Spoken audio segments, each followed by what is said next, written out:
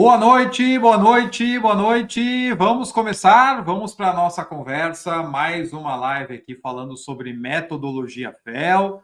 Vamos dar uns minutinhos, como sempre, para o pessoal ir chegando. Vão colocando sempre no chat da onde vocês estão acompanhando a transmissão de hoje. Deixa eu acertar aqui. É muito bacana saber da onde que vocês acompanham cada uma das lives e a gente vê que o poder da internet nos leva para qualquer lugar, não é mesmo? Eu tenho alunos, acho que já comentei aqui na primeira live, eu tenho alunos na Ásia, na Oceania, na América do Norte, na África, na Europa. Isso é muito bacana.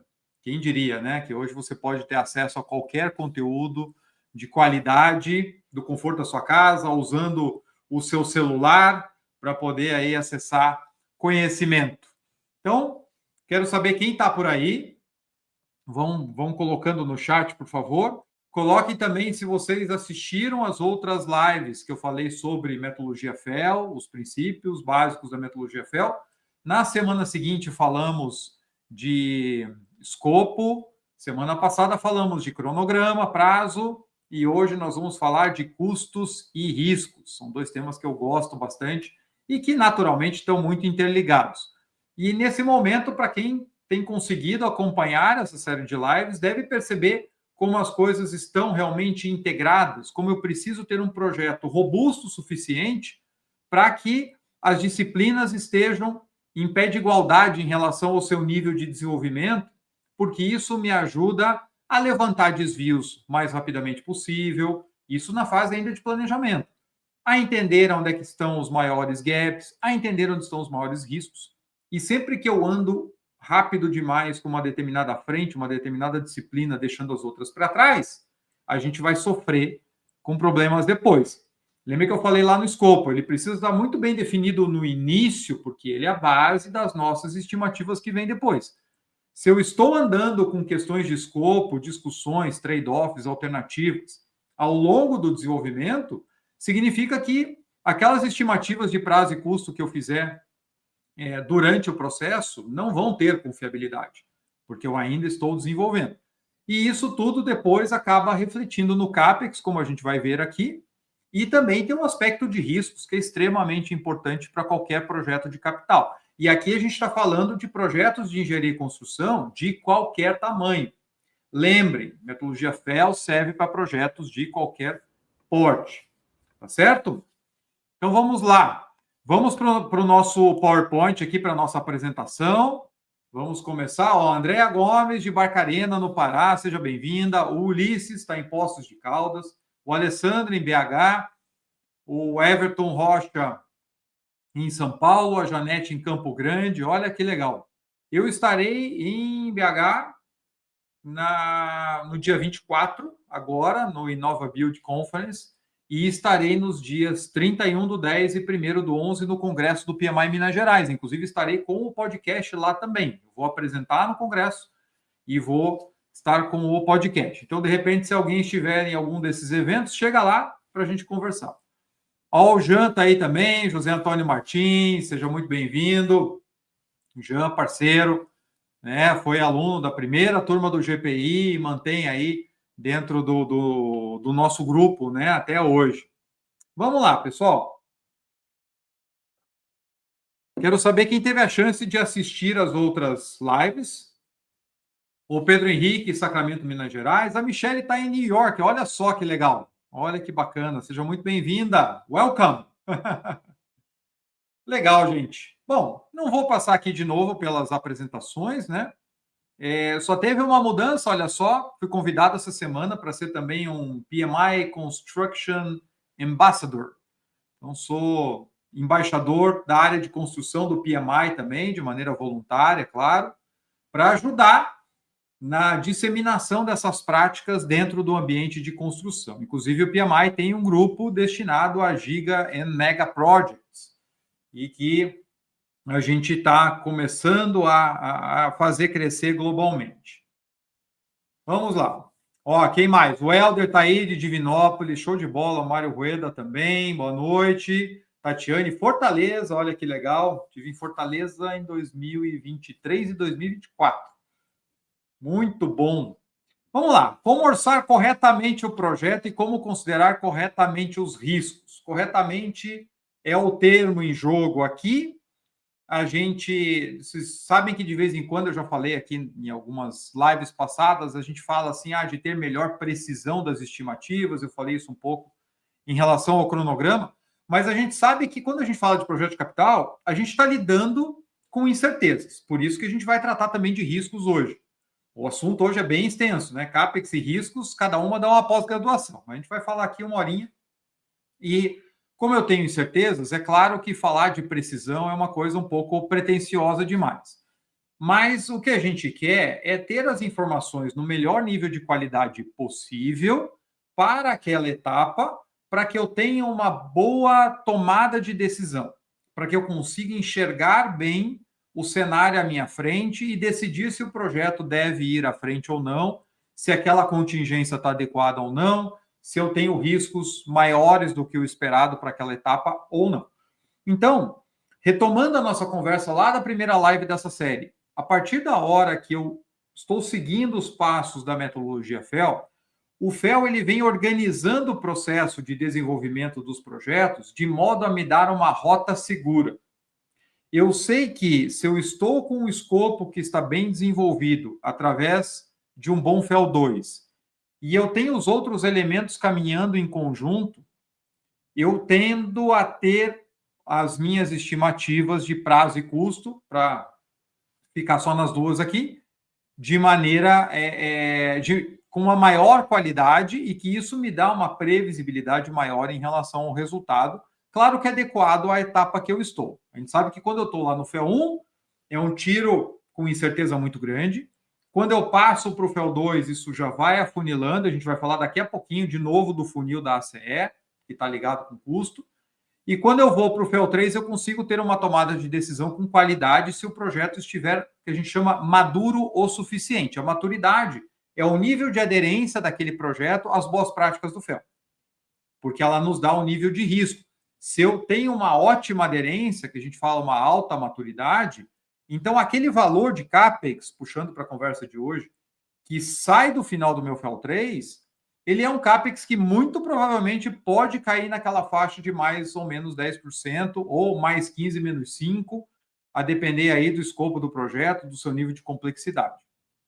Então, eu consigo preparar o projeto de modo a ter uma tomada de decisão mais bem alimentada de informações e com um nível de segurança maior. Ainda carregando as incertezas normais da fase, mas sabendo que eu tenho ali um caminho relativamente seguro para seguir adiante. O problema é quando você chega no final do FEL 3 com um projeto imaturo, então com várias questões ainda em aberto, com um planejamento muito superficial do projeto em termos de obra, e aí eu acho que o meu orçamento é confiável. Orçamento não é só quantitativo vezes preço unitário. Quem lida com CAPEX aí? Coloca no chat aí, por favor. Estou certo ou estou errado? As condições de execução influenciam muito no perfil de custo do projeto, nos custos indiretos, no tamanho dos equipamentos que eu vou ter que utilizar. Às vezes, por uma questão de sequenciamento ou de paralelismo, eu tenho que utilizar mais equipamentos ou equipamentos mais robustos, eu vou trabalhar com turnos, eu vou ter uma maior mobilização de mão de obra e assim por diante. Isso faz o quê? Isso tem um impacto grande no meu CAPEX. Então, todas as condições importam. Como é que estão as questões ambientais? Será que eu tenho várias contrapartidas ainda não orçadas direito? Eu estou colocando uma verba qualquer lá no meu orçamento com base num percentual de projetos passados? Qual é o nível de confiança que eu tenho na minha engenharia? A solução de fato está fechada? Em matéria de questões construtivas, faz sentido o que eu estou traçando, porque aí isso reflete dentro do meu orçamento e assim por diante. Né? Anderson está por aí, boa noite. A Andréia falou que está certo, o Pedro também. Que bom. Se eu falar abobrinha aqui, vocês me corrigem, gente. Nós estamos no mesmo barco. Então vamos lá. Lembra que eu trouxe, se não me engano, eu trouxe essa imagem aqui na conversa de escopo. Tá? Posso estar enganado. São tantas conversas aí, aulas, mas eu acho que a gente falou lá. E o importante para nós aqui, que estamos falando hoje sobre CAPEX, e logo em seguida vamos falar de riscos, é entender que conforme o projeto caminha em sentido à sua execução, e aqui no final, ao seu término, eu tenho uma faixa de variação esperada para o meu orçamento. As incertezas são muito grandes no início do projeto, estamos falando aqui de classe 5, classe 4, já explico um pouquinho melhor as classes aqui embaixo. E elas vão melhorando, né? Esse funil vai apertando conforme o projeto anda para frente. Essa figura ela é relativamente conceitual, ou seja, ela tem um quê de quantitativo, mas é muito para a gente entender o comportamento, porque se vocês olharem aqui embaixo, existe até uma sobreposição importante entre classes, e isso me traz um nível de incerteza grande ali, relativamente. Eu sei que quando você apresenta o valor para o seu chefe, para o seu cliente, é como escrever na pedra. É aquele valor central e acabou. E muitas vezes é até difícil de você justificar uma contingência. Eu trabalhei numa empresa onde a primeira vez que eu falei de contingência com o CEO, o cara queria me jogar pela janela. Porque na cabeça dele, contingência era gordura que o gerente queria botar em cima da estimativa para ter liberdade para gastar o dinheiro dele. Essa era a visão dele. Né? Então, imagine a dificuldade de você conseguir explicar o conceito de incerteza e de risco num ambiente como esse. E eu sei também, e já trabalhei com vários projetos desse tipo, que às vezes você tem um ambiente onde o pessoal entende o que é a contingência. E acho que faz parte da boa prática. Eles só não aceitam que você coloque naquele projeto. É ou não é? Quero saber o que vocês já passaram de aperto com contingência. Coloca no chat. Ó, o Leonardo Ramos chegou aí, boa noite. Show de bola. Tava sentindo tua falta já, hein, Léo? Olha só. Léo, parceiro, tá sempre aí. Então, gente, conforme eu caminho com a maturidade do projeto, esse funil vai diminuindo, ele vai apertando e eu tenho uma melhor precisão, de novo, não gosto muito desse termo, né, uma melhor previsibilidade em relação à estimativa. Mas será que isso funciona? Será que a gente está usando bem? Será que faz sentido? Então, relembrando, né, como eu falei, eu acho que eu já apresentei lá na parte de escopo, mas hoje a gente está falando especificamente de CAPEX, e isso tem que estar muito claro para nós na nossa cabeça. O John Holman, que é um dos grandes especialistas em engenharia de custos e análise de riscos, ele tem 2 livros sobre quantificação de riscos em projetos, e ele é líder de várias práticas recomendadas da AACE, Associação para o Avanço da Engenharia de Custos. A gente vai falar mais um pouquinho da ACE mais na frente. Então, ele é um cara super respeitado no mundo inteiro, e ele tem vários projetos numa base de dados pessoal. E ele fez um estudo em cima de projetos de hidroelétricas, que ele apresenta lá no livro dele, e ele compara como esses projetos estavam em relação à estimativa de custo que eles apresentaram no FEL 1, para aprovação da fase, qual era a estimativa de custo no final do FEL 2, qual era a estimativa de custo no final do FEL 3 e qual foi o real lá no final. E aí ele vem comparando de trás para frente essas estimativas para a gente entender se o nível de risco que eu estou carregando para dentro da minha estimativa está fazendo sentido com a realidade ou não. Tá? E olha só que preocupante. Então, projetos de hidroelétricas não são projetos pequenos. Ele mostra aqui, né, que pela ACE eu poderia esperar com uma classe 5 lá no FEL 1 uma variação de menos 50% a mais 100% em relação à estimativa base. Então, lembrando, você pega a tua estimativa com imprecisão, com incerteza e tal, e contingência, isso te dá o valor base. Desse valor base, você pode ter essa variação. É assim que funciona, né? Funcionam as classes de estimativa da ACE, tá? Então, menos 50 mais 100, que já é um negócio. Imagine você chegando para o teu diretor e falando numa primeira estimativa: não, isso aqui pode variar para menos 50 mais 100. Ele vai te jogar pela janela. Né? Por isso que os prédios corporativos também têm aquela janela que não abre muito. Né? É para prevenir o gerente de projeto de ser jogado. Aí ele comparou com a realidade. A realidade trazida para o FEL 1, ou seja, comparando as estimativas de FEL 1 com o resultado final dos projetos que ele analisou, olha só, foi de mais 12% a mais 300% quando comparado com a estimativa de FEL 1. Ou seja, muito acima de qualquer estimativa inicial que foi feita. A realidade foi muito pior do que a teoria. Tá? Aí, comparando com o FEL 2. No FEL 2, a gente deveria estar ali com menos 30 mais 50. E eu estou indo no extremo máximo, tá, gente? Para projetos com escopo bem conhecido, que são repetitivos, que você tem bastante informação de qualidade, você não espera ter uma variação tão grande assim, certo? Então, mas infelizmente essas faixas aqui são muito mal utilizadas no mercado até hoje. Tem gente que confunde isso aqui com contingência, né? Para vocês terem ideia. Vocês já devem ter visto isso. Então, menos 30 mais 50 a partir de uma classe 4 aqui num FEL 2. Olha o que ele encontrou dessa amostra de hidroelétricas. Menos 5 a mais 95. Tá? E aí, comparando a estimativa de FEL 3 com o final, eu deveria ficar de um menos 15 mais 30, ficou ali de um menos 12 mais 50. Tá? Então, o que ele chama atenção no livro, e até aproveitando, a Andrea perguntou, chama Project Risk Quantification, tá? Quantificação de riscos em projetos. Só tem em inglês, tem para vender na Amazon, tem no Kindle também, tá? Para ler online, eu tenho ele online, e ele tem o volume 1 e o volume 2.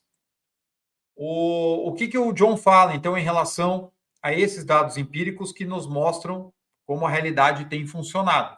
Muitas vezes, para quem roda análise de Monte Carlo, o valor final dos projetos tem ficado muito próximo do P100 de FEL1 e FEL2. Olha só, P100 de FEL1 e FEL2. O que é o P100? O P100? O P100 é o pior resultado que sai na tua simulação em relação a custo. Tá? Por que isso tem que ser um alerta? Por dois motivos. Primeiro, porque a gente é sempre muito otimista. O Bent Fluber, daquele livro Como Fazer Grandes Coisas, que eu já entrevistei lá no podcast também, né? Entrevistei o John também, recomendo vocês procurarem lá. O Bent fala muito da influência do viés otimista em projetos, certo? E como isso influencia as estimativas, como isso faz com que a gente não olhe a realidade dos riscos e acabe estimando para baixo. E a gente tem também a questão da falta de maturidade, porque um grande ponto, talvez o maior causador desse tamanho de desvio em relação às estimativas iniciais é pelo fato das estimativas iniciais terem sido feitas em cima de dados de baixa qualidade. Como é que a gente resolve isso? Com o FEL.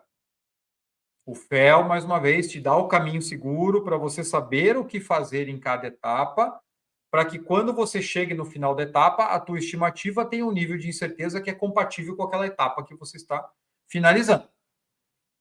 Certo? Porque só isso é que vai garantir a qualidade daquela estimativa.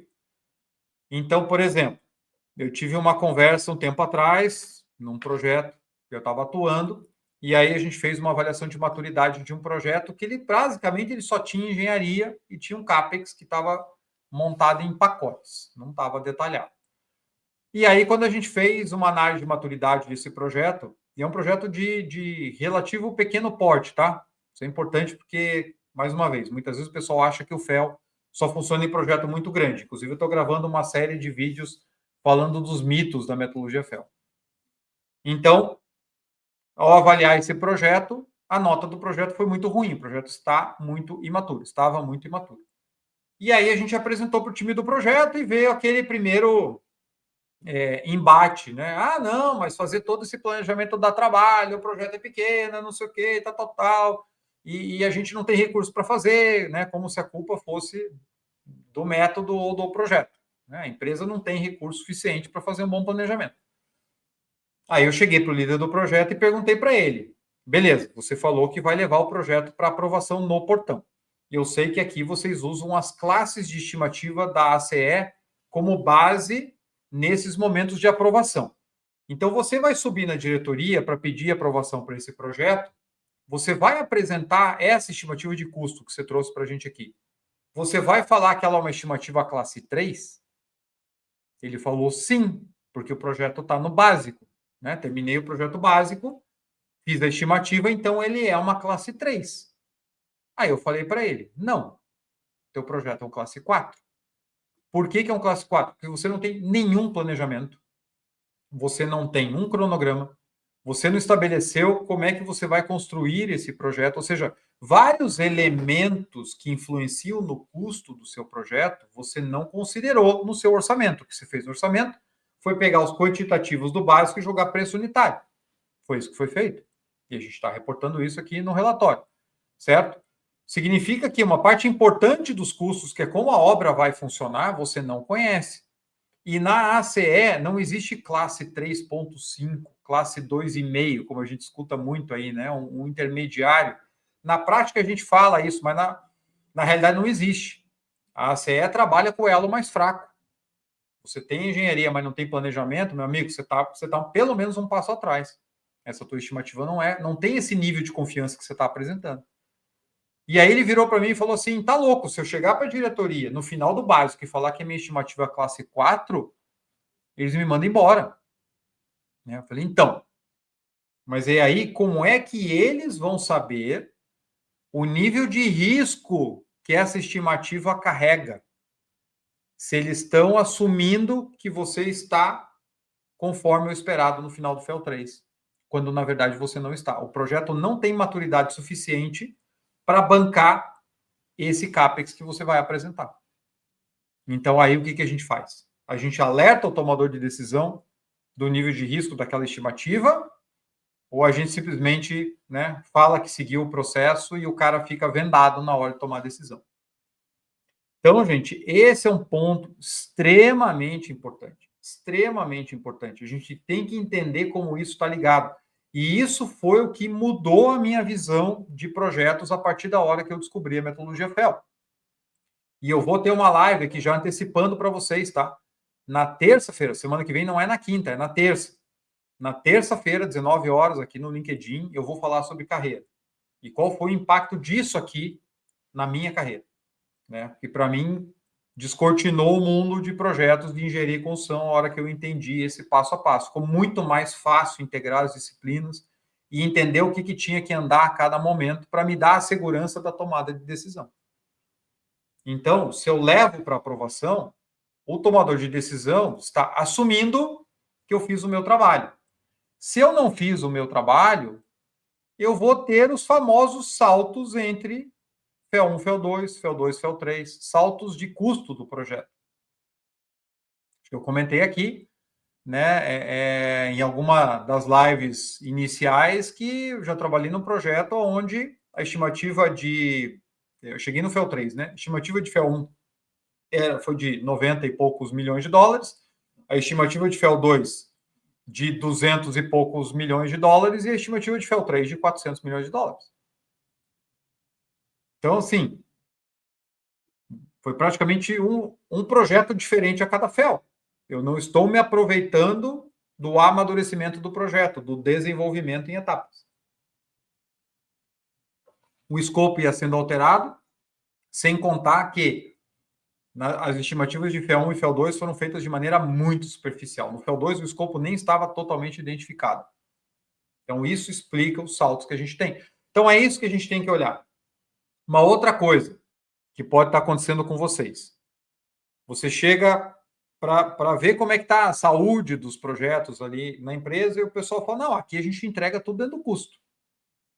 Aí, quando você vai ver, na verdade, o custo do projeto, o baseline, ele é definido a partir da hora que eu contrato, ou a partir da hora que eu já tenho a proposta do fornecedor, do empreiteiro, e dos fornecedores de equipamento. Aí, claro, com as propostas firmes na mão, chego lá e digo, meu projeto vai custar tanto. E aí entrego dentro daquele custo. Aí é óbvio, você vai ser previsível. Agora, esse projeto, ele entrou no portfólio lá atrás com uma expectativa. Depois ele passou por um conceitual que fez ele ser priorizado depois, porque ele tinha uma estimativa de custo que trazia uma rentabilidade interessante. A mesma coisa aconteceu no básico. Quando você está lá no final do detalhado, para fazer um baseline que é quase um as-built, como é que foram as decisões anteriores? Ou será que você já induziu a empresa a gastar com aquele projeto daquele jeito? Então, a gente tem que olhar como que esse custo evolui desde o FEL1 até o FEL3 e depois do FEL3 até o final do projeto entregue. Porque isso vai nos contar como a organização consegue desenvolver a sua carteira. Por quê? Projetos muito imaturos vão parecer muito mais rentáveis do que projetos maduros. Pensa comigo, se eu estou falando aqui que eu sou bom para orçar aquilo que eu conheço, e em projeto imaturo eu conheço pouco, minha estimativa de custo é mais baixa. Ela deveria ser mais alta. Se eu tivesse consciência do meu nível de imaturidade, eu ia botar um monte de contingência. Mas como eu conheço pouco sobre o projeto, eu acho que o projeto só vai custar aquilo que eu conheço. E aí, depois, conforme as fases se desenvolvem, esse custo cresce demais. Então, esse é um sinal de imaturidade. Se o projeto imaturo custa pouco, pensem como que aparece a viabilidade dele. Ela é muito melhor que dos outros, concordam? Porque ele parece que vai custar menos, parece que vai ser feito mais rápido, porque eu não estudei ele direito. Então, quantas e quantas vezes a gente vê numa gestão de portfólio um projeto imaturo ser priorizado e um projeto maduro ser deixado para trás, porque o maduro parece mais caro, sim, mas ele foi bem identificado. O custo estimado dele é muito mais realista. E se você toma uma decisão com um projeto imaturo, o que vai acontecer, né, é que você induz a empresa, leva a empresa a se comprometer com aquele projeto e depois, quando for tarde demais, ela não pode sair. Aí ela tem que entregar. Concorda? Já viram isso? Vocês comentaram aqui, né? A Andrea falou, ó, todos os projetos têm reserva aí, contingência. Olha, erga as mãos para o céu, André. Que bom saber disso. O Pedro, é uma das primeiras partes a serem cortadas. Isso é... inclusive, o John Holman fala isso lá no episódio que eu gravei com ele, que ele fala assim, se você é muito punitivo como business em cima das equipes de projeto e de orçamento, cortando contingência e coisa assim, o que a turma começa a fazer? Começa a embutir contingência em contas unitárias ali que você nunca descobre onde estão. Ou seja, a contingência vai estar lá, só que ela vai ser camuflada. E quando ela é camuflada, é muito pior, porque daí a tendência de você usar todo o recurso de fato, mesmo quando você não precisa, é maior.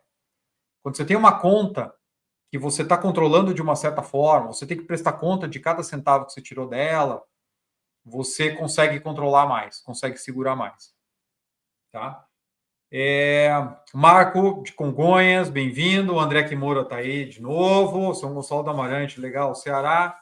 Jean, contingência é o percentual definido pela patente interessada. Olha que legal.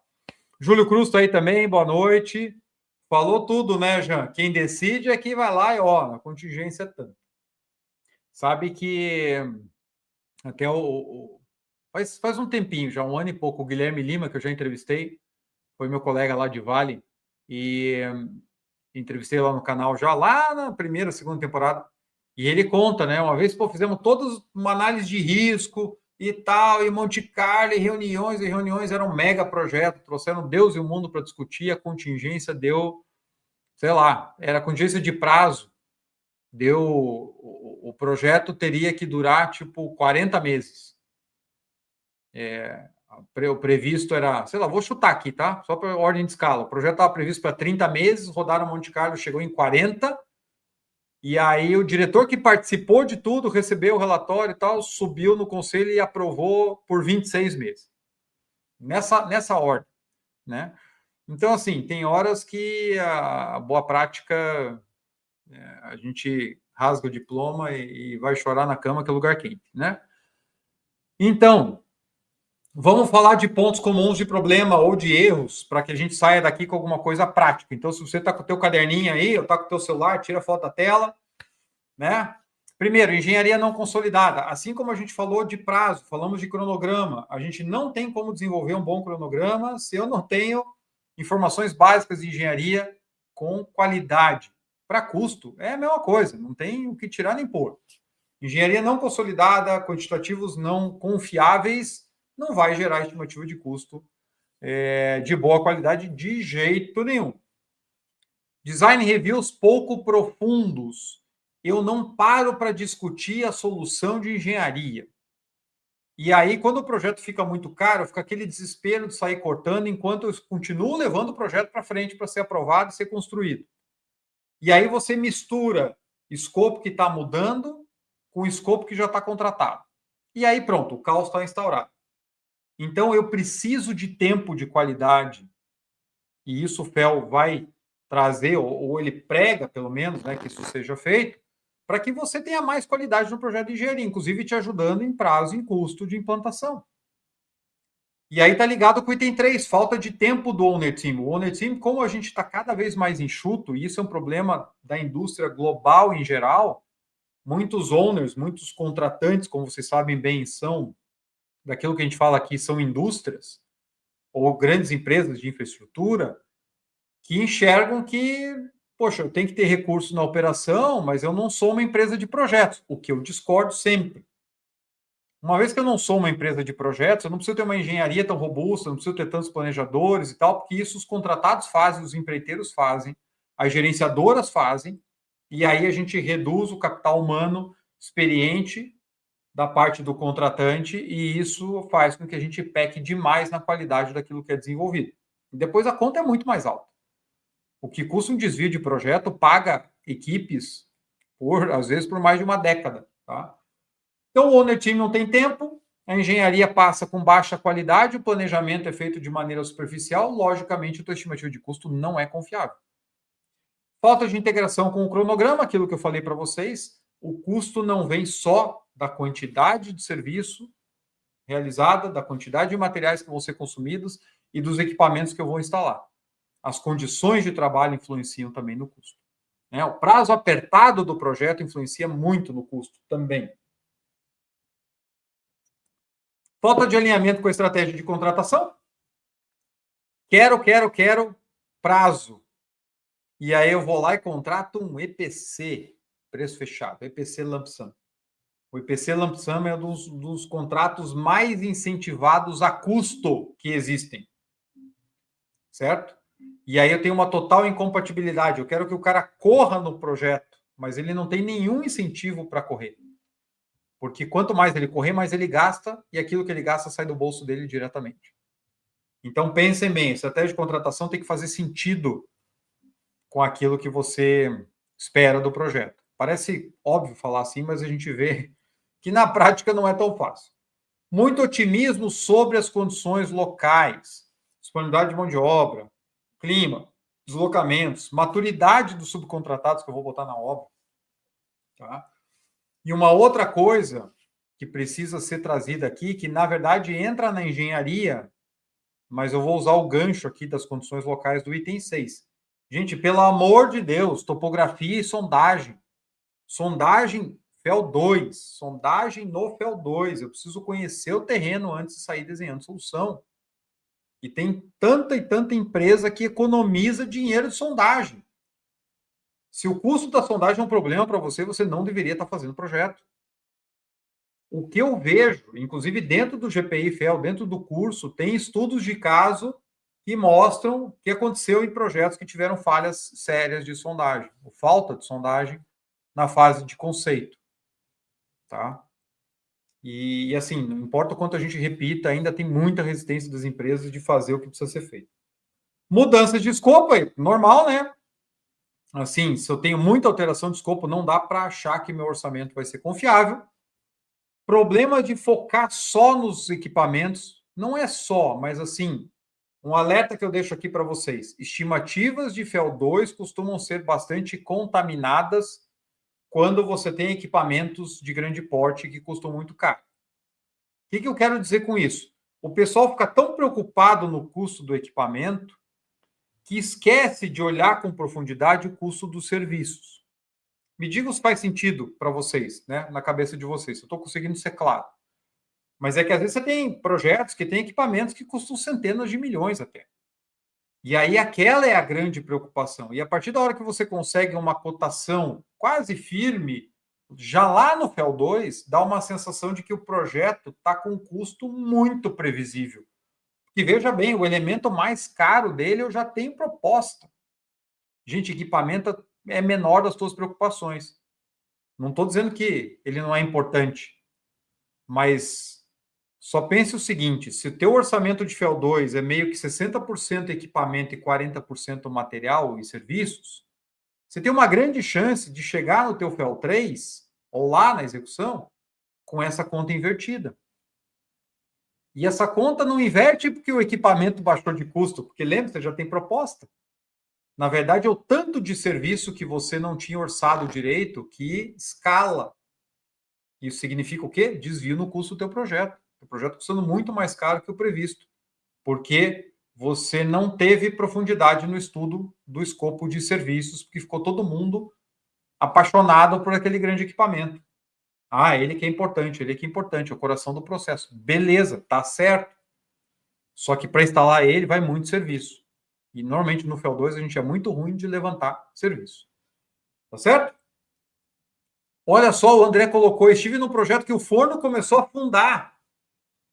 E aí pergunta quanto foi economizado de sondagem, não é, André? Poxa, super valeu a pena, né? Imagina você está no meio da tua operação e o forno começa a afundar. Gente, é cada coisa que, assim... Eu já tive essa discussão, inclusive, com gente que era PhD em geotecnia e que falou para mim assim, não precisa fazer. Faz ensaio geotécnico só no detalhado. Imagine, eu falei, aí eu perdi minha fé na boa técnica, né? Porque se alguém que estudou isso aqui por tanto tempo acha que não é importante, pô, aí nós vamos embora. Vamos lá, frentes de trabalho congestionadas, porque vão causar dificuldades de execução e vão acrescentar custos e pleitos. Falta de lições aprendidas, eu não estou olhando direito projetos anteriores. E aí eu estou sendo mais uma vez otimista. Não, aquele projeto deu errado, mas esse aqui vai dar certo. Né? Contingência suficiente, que a gente vai tratar aí no próximo bloco. Faz sentido, gente? Olha como é importante, né? Então, para chover no molhado, estouro de custo não é causa, estouro de custo é consequência. Quando a gente tem um problema de orçamento, normalmente esse problema ele vem de forma muito mais profunda no projeto, né? Vem de questões que estão enraizadas ali dentro. E tudo isso é tratado no FEL.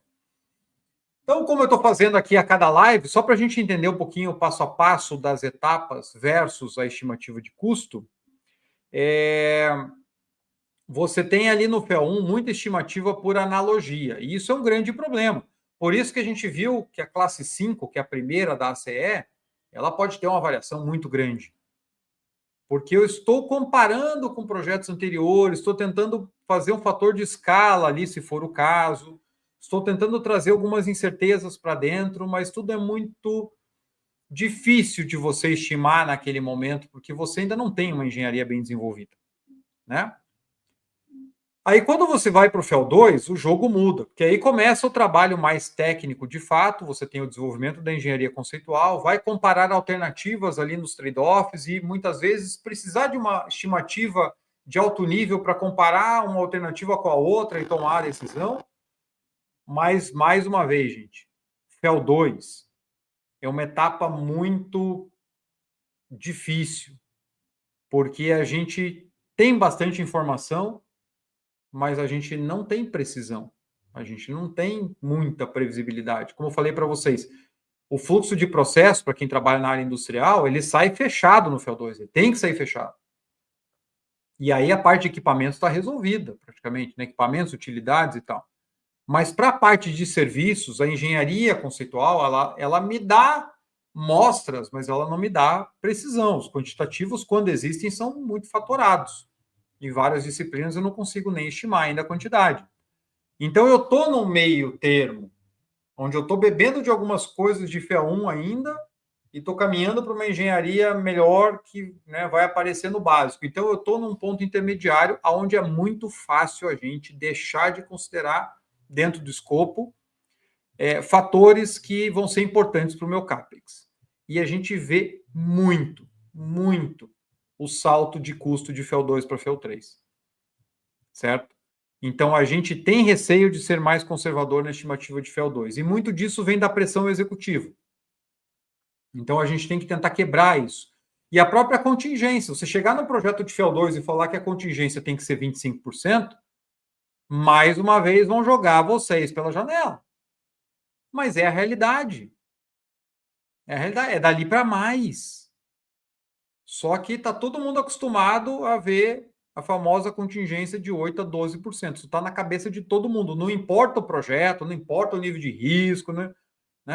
Não importa nada. A contingência tem que cair ali de 8% a 12%. Então, se eu trouxer uma realidade para o FEL3, eu vou ver que deveria ser muito mais do que isso. Se eu der um passo atrás e for para FEL2, tem que ser muito maior.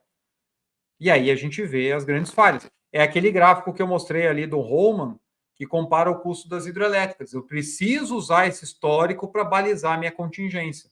A contingência nas fases de FEL1 e FEL2 tem que cobrir aquele gap lá. E não está cobrindo. Então, usem dados históricos, gente. Tem que ter dados de qualidade. Agora, no FEL3, muda de figura. No FEL3, eu vou ter, se a engenharia está bem feita, a solução está fechada, uma qualidade grande no meu quantitativo, que vai me dar uma boa base para a minha estimativa de CAPEX. Em paralelo a isso, se eu estou rodando o FEL bonitinho, eu tenho meus planos de construção, planos de execução, cronograma bem detalhado, a gente falou na live passada, e isso me alimenta a estimativa de custo, me alimenta a análise de riscos, e eu consigo chegar no final do FEL3 com uma estimativa de ótima qualidade, que vai ficar dentro daquele intervalo esperado lá, como a gente falou, mais ou menos 10, menos 5, mais 15. Normalmente não é para baixo, normalmente é só para cima, mas está ali, né, dentro do esperado. Olha o que o Léo colocou aí. A gente não pode esquecer dos custos, das estruturas de implantação do projeto, almoxarifado, refeitório, acesso, adequação das ruas, canteiros. Gente, isso leva um investimento importante. E a gente fica naquela, não, isso aqui boa parte é responsabilidade da empreiteira, não, isso aqui coloca aí 3% do CAPEX, isso cobre. Gente, de novo, a gente tem a boa técnica na mão. É só a gente usar. Tá? Só que para isso o projeto tem que estar maduro. Senão, mais uma vez, cada estimativa que eu fizer vai ser um chute. E aí eu vou para a fase de execução do projeto, onde com a engenharia detalhada, eu vou revisar os meus quantitativos, com os valores que eu vou contratando, os pacotes que eu vou contratando, eu vou retroalimentando a minha estimativa, indo para uma classe 1 ali no nível de detalhe, e aí eu deixo ela prontinha para os processos de controle. Tá? Então, vamos seguindo ali o passo a passo. Antes da gente entrar na parte de riscos, quem ainda não está no grupo VIP do WhatsApp, pega aí o QR Code, pede para ingressar lá, depois a gente libera a entrada de vocês, que a gente tem novidades vindo aí hoje. Hoje à noite a gente vai mandar uma baita oportunidade para vocês ali dentro do grupo, tá certo? E vai ser só dentro do grupo. Então não deixem passar, porque depois vão se arrepender. Vai ser muito bacana. Tá chegando numa hora legal aí de novidades. E hoje à noite a gente solta a primeira dentro do grupo com novidades exclusivas para quem está lá dentro. Então, deixar aí um pouquinho para a gente, para vocês poderem entrar, quem ainda não está. Quem está no grupo 1, esse link aqui é para o grupo 2. Quem está no 1 não precisa ir para o 2, tá certo? Porque o conteúdo lá é o mesmo, a gente vai jogar lá a mesma oportunidade nos dois. E agora a gente vai falar sobre riscos, que é um tema que eu gosto muito, realmente é apaixonante, né? A gente falar sobre gestão de riscos em projeto. Só que quando a gente vê aqueles desvios super grandes, que eu mostrei lá na primeira live falando de FEL, e agora nas curvas ali da ACE, com aquele grupo comparativo bem didático do John Roman, quando a gente olha aquilo, a gente fala assim, gente, mas peraí, estimativa de contingência não está funcionando. E não está mesmo, certo? Então, vamos falar um pouquinho mais sobre isso e como é que isso lida com o FEL. O FEL, ele é todo um processo de redução de risco. Eu falei isso lá na primeira live. Esse processo estruturado não vem para trazer burocracia, não vem para deixar o projeto mais difícil de fazer. Muito pelo contrário. Ele vem para organizar as partes, para integrar as disciplinas no momento correto, no momento onde o menor input gera o melhor benefício. Essa é a lógica do FEL. E com isso eu reduzo muito os riscos dos empreendimentos, como eu mostrei lá na primeira live. Vocês lembram da correlação de nível de maturidade versus desvio de custo, tá? Quando a gente fala de risco, não dá para fazer projeto sem risco. Concorda comigo? Se a gente gosta de trabalhar com projetos, a gente não consegue viver no marasmo. A gente tem que sempre aprontar alguma coisa. E aí eu participei de um evento bem legal, muitos anos atrás, que eu nem lembro. Eu lembro que foi em São Paulo, não lembro qual evento que foi, mas estava o Luiz Henrique Pedroso, e na palestra dele ele falou isso aqui, eu também nunca mais esqueci. Uma vida sem risco será provavelmente uma vida sem graça. Agora, uma vida em que o risco está sempre presente provavelmente será curta. Essa é a vida do gerente de projeto, não é verdade? A gente vive com risco. E isso tem muita lógica para a gente, né? Empresas que têm um nível de maturidade muito baixo são empresas que estão fazendo roleta russa na carteira o tempo todo. O John Roma mesmo, ele fala muito. Basta um projeto importante da sua carteira ter um estouro magnífico daqueles que viram caso, notícia, etc., que toda a rentabilidade da sua carteira vai para o espaço. Eu já vi isso. Eu já vi empresa ser vendida porque fez um mega projeto que deu muito errado. E aí o caixa secou e os caras tiveram que, né, admitir serem absorvidos pelo mercado por conta de um grande projeto que deu muito errado. Então, um problema grande te tira a rentabilidade da carteira. E é isso que a gente tem que prestar atenção. Por isso que é tão importante a gente seguir boas práticas. E aí eu gosto de pegar referências diferentes, porque eu também já falei para vocês lá atrás. Às vezes, o percentual de estouros, etc., ele vai variar de acordo com a fonte, mas a tendência, não. Olha que interessante, isso aqui é a coleção de uma certa coleção de projetos de infraestrutura de um estudo que foi feito na Austrália, tá? Esse Grattan Institute Report, tá? Falando de megaprojetos, e aí ele compara o seguinte: qual foi a contingência aprovada desses projetos? Olha só, gente. É tudo entre 5% e 12%, 13%. É um número que acho que já vem gravado no nosso DNA quando a gente nasce e vai para engenharia, vai para projeto. Não é possível, certo? E aqui a gente tem projeto de túnel, tem projeto ferroviário, tem projeto de ponte, e a gente está sempre no mesmo, né, no mesmo nível de contingência. E aí eles comparam o seguinte: qual foi a contingência que foi necessária, na média, para os projetos completados nos últimos 19 anos? Quase 50%. Não está errado. Não tem alguma coisa muito fundamentalmente errada? A gente não sabe orçar mais? Não, a gente sabe. Só que não sabe orçar de maneira não adianta orçar de maneira detalhada num projeto mal definido, num projeto de baixa maturidade. Certo? Então, olha só, se eu quero ter resultado, se eu quero tratar bem os riscos, eu preciso tratar maturidade. É por isso que você tem que conhecer de FEL. Se você trabalha com risco, se você trabalha com CAPEX, se você trabalha com cronograma, se você trabalha com engenharia, se você trabalha com a gestão do projeto, se você trabalha com gestão de mudanças, se você trabalha com administração contratual, você tem que conhecer isso que a gente está falando aqui.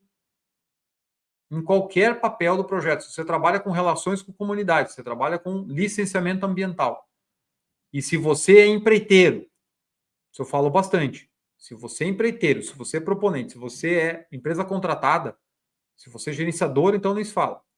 Você tem que entender o nível de encrenca que você pegou a hora que você recebe a documentação do projeto. Você consegue entender a falta de maturidade que aquele projeto tem.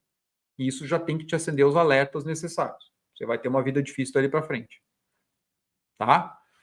Olha só.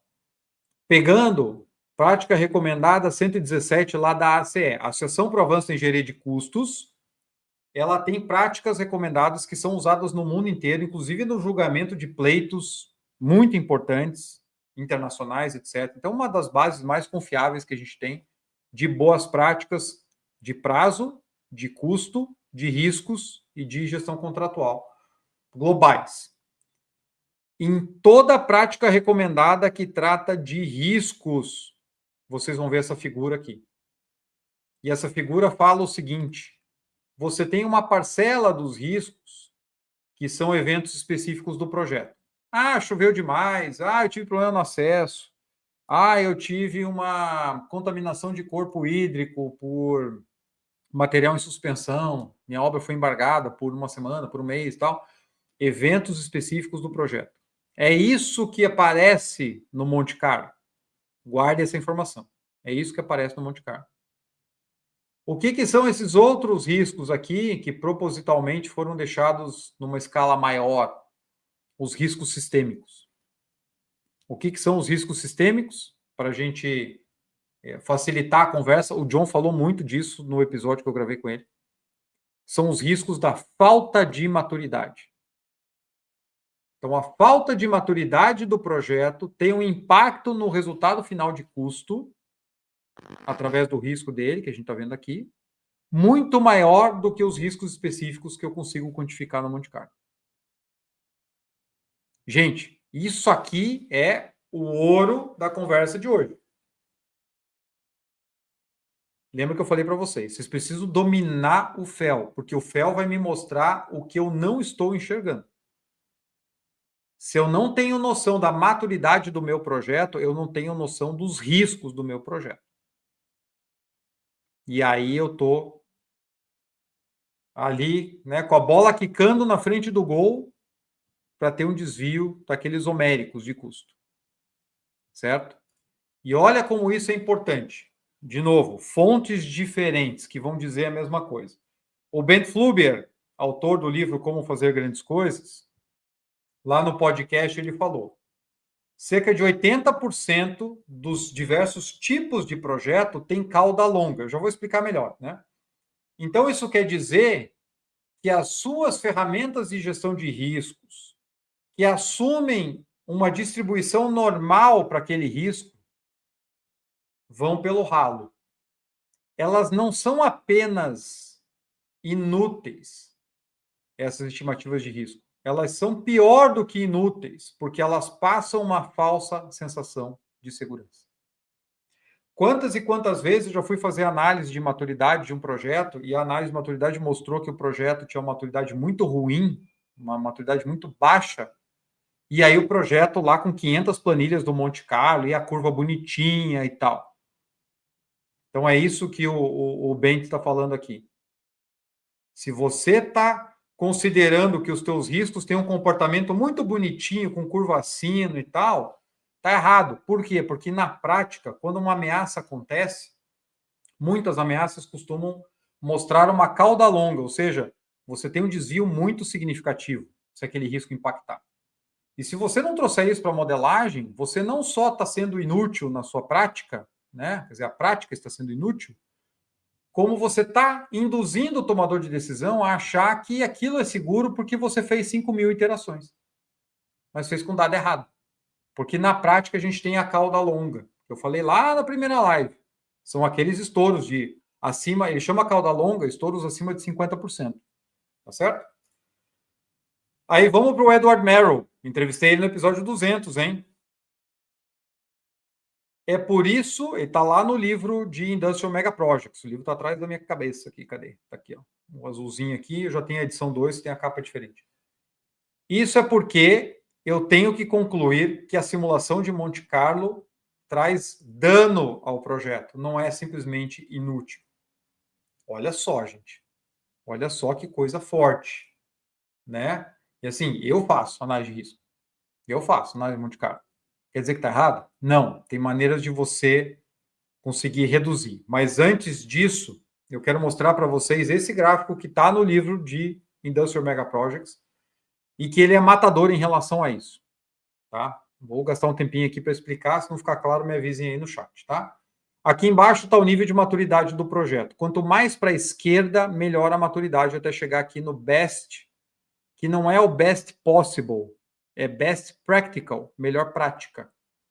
Então, esse é um problema até para a própria EPA. Eles botaram o nome de best aqui porque não cabe o best practical. E aí tem muita gente que olha e fala assim, meu projeto não precisa ser o melhor, né? Ele pode ser bom. Good é bom, vai ficar aqui tá bom, né? Não, teu projeto tem que ser melhor prática, porque aí eu estou garantindo que os riscos estão tratados adequadamente. Bom, quanto mais para a esquerda, melhor a maturidade no final do FEL 3, certo? No final do projeto básico. Aqui está o desvio de custo, que foi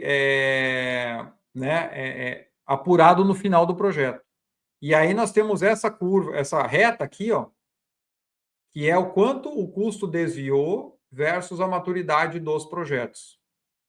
Viu como isso fica muito próximo daquele gráfico que a gente viu lá na primeira live?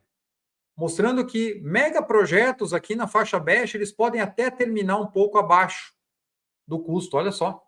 Mega projeto, que é muito difícil.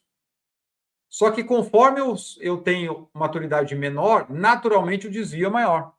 Ok, isso é o esperado. Concorda comigo? Senão tudo aquilo que a gente está falando aqui cairia por terra. Agora, olha só o perigo disso aqui. Ó.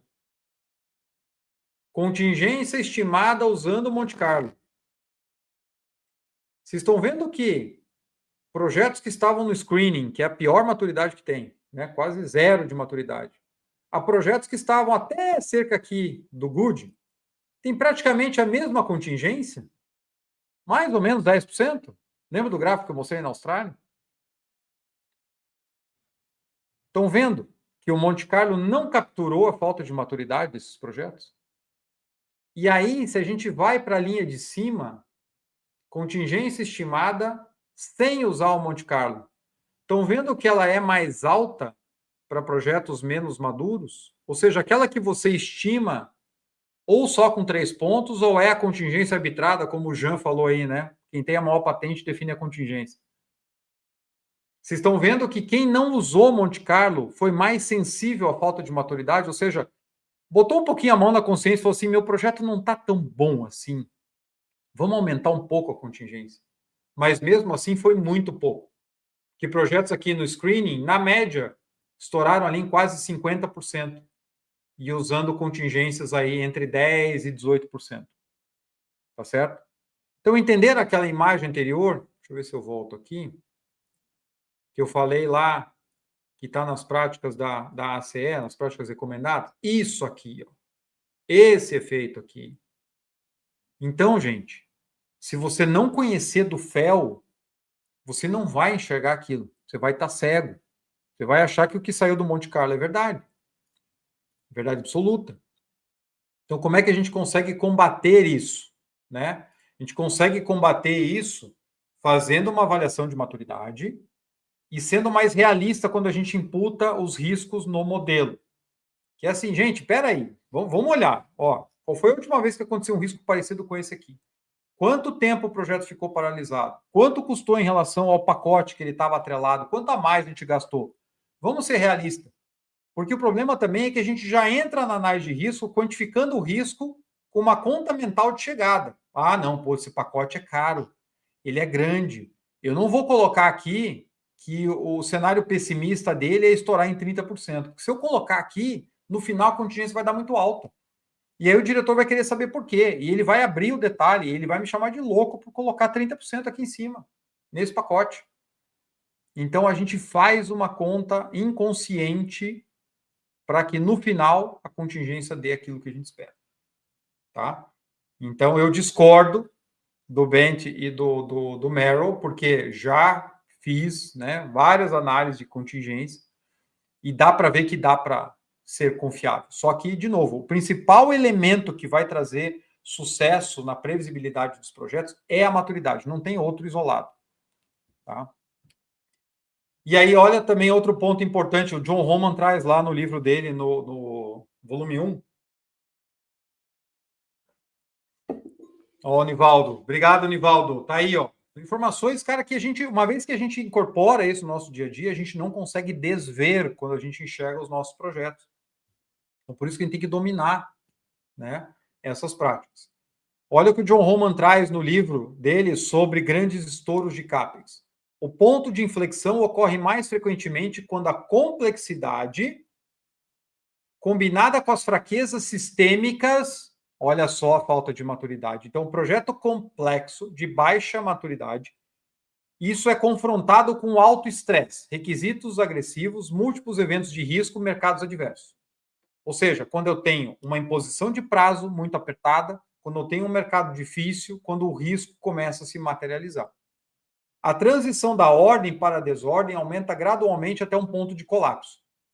Ou seja, a aproximação da desordem geralmente é primeiro evidente como múltiplos atrasos em engenharia e aquisições. Gente, é o gap que acontece entre aprovar o FEL 3 e começar a obra. Engenharia e suprimentos. Que a gente erra a estimativa, comprime demais, a engenharia tem que corrigir problema do básico no detalhado, e aí começa a bola de neve antes da gente pisar no canteiro. Antes da gente pisar no canteiro, a obra já está condenada em relação às suas estimativas iniciais. Então, engenharia e aquisições começa a se acumular. Quando a construção está cerca de 30% a 50% completa, essa tendência muda para uma explosão inequívoca. E as pesquisas da IPA mostraram que o estresse de requisitos de cronogramas agressivos é apto a empurrar o megaprojeto para além do ponto de inflexão. Então, o que faz o projeto cair do penhasco é a pressão de cronograma, e a gente falou disso na live passada. Mais uma vez, gente, vejam como as coisas estão ligadas. Eu preciso dominar esse funcionamento. Faz sentido para vocês? Que o ponto de inflexão é justamente isso. A partir da hora que você passa, já era. O projeto não volta mais. Aí é o caos. Aí vai trocar equipe 2, 3 vezes, aí cai diretor, né? Aí vai. Né? Aí você entra com medidas de remediação e aquele custo a mais daquele projeto vai detonar toda a rentabilidade de toda a tua carteira de projeto de capital. Então vamos lá. Já estamos com uma horinha aí, né? Onde que eu preciso melhorar para melhorar a minha análise de risco, para melhorar minhas contingências? Primeiro, entender a maturidade. Ponto. Ah, eu não sei como é que tá. Beleza, legal. Volta lá e entende. Porque senão todo o resto que você fizer não vai adiantar nada. Buscar dados históricos. Gente, cuidem dos dados. Hoje estamos todos aí na febre da inteligência artificial, que de fato está tendo um impacto importante, mas vai ter ainda muito mais. E o que está segurando hoje muito do uso da IA para projetos de capital? Falta de informação, falta de dados confiáveis. É só olhar nas empresas de vocês. Que empresas hoje têm dados detalhados, completos e confiáveis de dados de projetos anteriores? De previsto realizado? Que eu conheço nenhuma. E aí, como é que eu vou treinar minha IA? Tá? Entender as causas dos desvios anteriores, entender a distribuição desses desvios para usar as curvas corretas, usar formas adequadas de representar isso dentro do Monte Carlo, olhar para os riscos que acontecem de forma conjunta, modelar adequadamente isso, garantir a participação de todas as áreas que são relevantes no projeto para poder primeiro contribuir com as estimativas e depois contribuir com as análises de risco, garantir um ambiente seguro. Gente, eu estava numa análise de riscos um tempo atrás, num mega projeto, e quando o gerente do projeto estava na sala, a posição da equipe era uma, quando ele saía da sala, apareciam muito mais riscos e os riscos eram muito mais pronunciados. E eu sei que você já passou por isso, e de repente está passando por isso. A gente não pode falar que o bode está na sala, olha só. Né? Mudar a cultura de esconder risco para, de fato, discutir risco. Como eu falei, eu já tive CEO que eu sentei para discutir contingência, o cara achou um absurdo eu estar fazendo aquilo. Né? O plano de ação, de fato, tem que ser um plano de ação, ele tem que estar vivo, tem que ser utilizado, tá? Não pode ser só, né, um plano de ação para constar no gate, né? E eu não posso ficar focado só na distribuição do CAPEX e do cronograma, eu tenho que entender o projeto, tá? Entender o projeto. Então, tudo isso está muito intrinsecamente amarrado. E a hora que o risco se manifesta no campo, gente, vocês sabem como é que é. Estoura para tudo que é lado.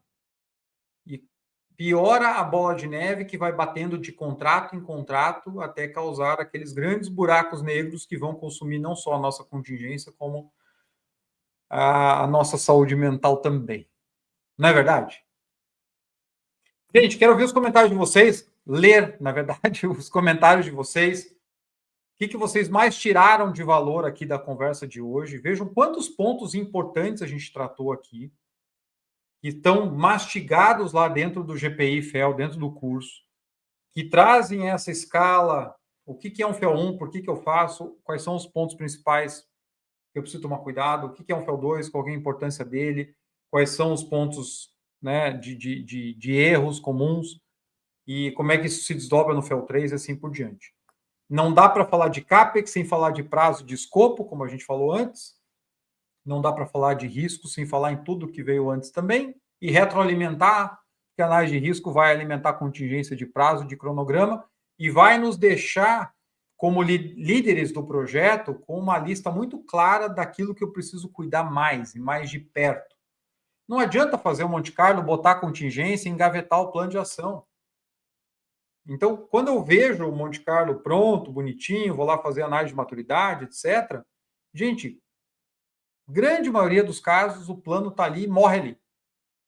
Eu faço toda uma análise de risco para quê? Para gerar contingência. Gerei a contingência, não preciso olhar mais o plano de ação. Ninguém acompanha, ninguém atualiza, não tem reuniões exclusivas de risco, a gente não identifica riscos novos e por aí vai.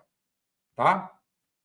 Ó, o Júlio comentou ali, muitas empresas acreditam que basta escolher a faixa de precisão do CAPEX a partir da fase de engenharia. É isso aí. Mas se estudar as práticas da CE, vão ver o quanto o pessoal usa errado aquelas curvas ali. Então, ó, o Júlio chamando a atenção, porque, gente, tem muita confusão em cima disso. Por isso que a gente fala que, às vezes, eu sei que é chato discutir conceito, mas é importante a gente entender o que está por trás daquilo, porque daí eu vou aplicar direito. Não é verdade? Assim como eu falei lá para o gerente do projeto, você não pode levar essa estimativa para o diretor e falar que é uma classe 3, porque claramente ela é classe 4. Eu estou chegando agora e estou vendo que é classe 4. Não, mas não pode, porque eu estou no final do básico. Se eu estou no final do básico, é classe 3, ponto final. Então vamos entender os conceitos. E daí contingência estava dentro. Assim como o Júlio comentou ali. Para eles, contingência estava dentro daquele número, porque a CE fala que é assim. Mentira. Tá? Então, precisamos dominar esses conceitos, porque isso muda a maneira da gente enxergar os projetos. E aí não importa se você é um especialista dentro do time, se você é membro da equipe, se você é o líder do projeto, se você é o diretor. Dominar isso vai fazer com que o teu trabalho seja diferenciado. Teu trabalho é mais completo. Você vai estar mais ligado nas interfaces, nas interligações, nas interdependências entre disciplinas. E vai apresentar um trabalho de muito mais qualidade. Então, é muito, muito difícil você ter um profissional que consiga enxergar isso dentro do projeto e que não seja notado. Muito difícil. Tá? Gente, semana que vem, como eu falei para vocês antes, a live não é na quinta, a live já é na terça. Às 19 horas no LinkedIn eu vou falar de carreira. Como você pode alavancar a carreira dominando os conceitos da metodologia FEL. Certo? Como é que eu trago isso para a visão de desenvolvimento profissional e como é que eu abro oportunidades? Como que eu viro um profissional que ele é demandado independente dos ciclos de mercado? Como que eu consigo manter a minha empregabilidade em mercados de baixa? Pelo fato das competências que eu acumulo com esses conhecimentos aqui. Então, eu vou contar a minha trajetória na terça-feira que vem. Espero que isso sirva de paralelo para alguns de vocês, pelo menos, e mostrando o quanto a gente precisa dominar isso, e isso serve para qualquer projeto. Não é só para engenharia e construção. Quero deixar vocês bem, né, tranquilos em relação a isso. Mas dentro de engenharia e construção, até para quem trabalha na área imobiliária, para quem é empreiteiro, para quem é contratante, gente, isso aqui tinha que estar na faculdade de engenharia. Isso aqui tinha que estar na faculdade de engenharia. Tá? Então, ó, quem ainda não entrou para o grupo, temos surpresa, oportunidade imperdível que a gente vai soltar hoje ainda no grupo. Peça para entrar lá, a gente libera a entrada de vocês e eu espero vocês aqui na terça-feira para falar de carreira. Vamos ver se amanhã eu já consigo criar no LinkedIn ali o evento para vocês se inscreverem, porque daí o LinkedIn avisa vocês quando tiver para começar, tá certo? E eu quero ver todo mundo aqui, hein? Ó, eu já estou acostumado a dividir minhas noites com vocês aqui, então não me deixem aí sozinho semana que vem. Ó, o Léo, agradecendo aí, tem trabalhado muito nos últimos meses com relatórios de FEL2 e FEL3 de construtibilidade e tem aproveitado demais o meu material. Muito bem, Léo, bacana. O Léo já é aluno aí do GPI, show de bola. Ó, o Rogério tá aí, grande Rogério, grande abraço. Rogério Severo, grande parceiro. Mário Rueda, muito bom. Bom ter vocês aqui, Júlio Cruz também. Michele, muito obrigado. Espero que esteja tudo bem aí em Nova York. Gente, um prazer estar com vocês aqui hoje, mais uma vez. Essas conversas têm sido ótimas, vocês têm levantado os pontos importantíssimos aí no chat. Então, isso é muito bacana, essa troca. E quero muito encontrar vocês aqui na terça-feira, que vem, às 19 horas. Não esqueçam que hoje a gente vai soltar surpresa, oportunidade imperdível nos grupos. Não deixe passar. Sério mesmo, tá? Isso não vai se repetir. Beleza, gente? Obrigadão, uma ótima noite, um ótimo restinho de semana, né? Para mim chega sexta-feira, meia-noite, e não chega o final da semana, e tem muito projeto para entregar ainda, graças a Deus. E vamos lá, vamos correr atrás, que essa é a vida que a gente curte. Não é verdade? Gente, brigadão. Espero vocês na terça-feira. Grande abraço. Até logo.